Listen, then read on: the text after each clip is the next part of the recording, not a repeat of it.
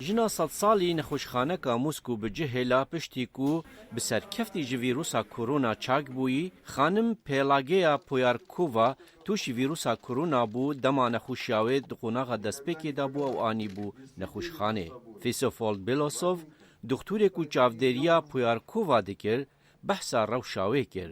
Herwiha hejmarek rojnamevan tevî diyariyan û gulan li pêşwaziya wê bûn piştî ku çak bûy û ji nexweşxanê derketî.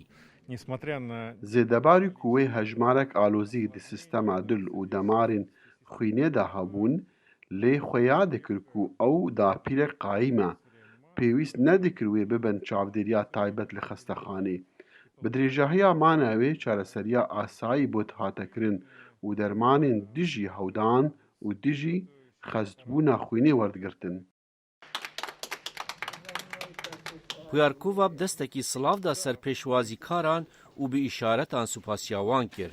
Li gor datayên fermî hetan zêdetirî 242,000 kes li ڕووسیا تووشی vîrusa korona bûne û zêdetirî 48,000 kes jî ji vîrusê çak bûne.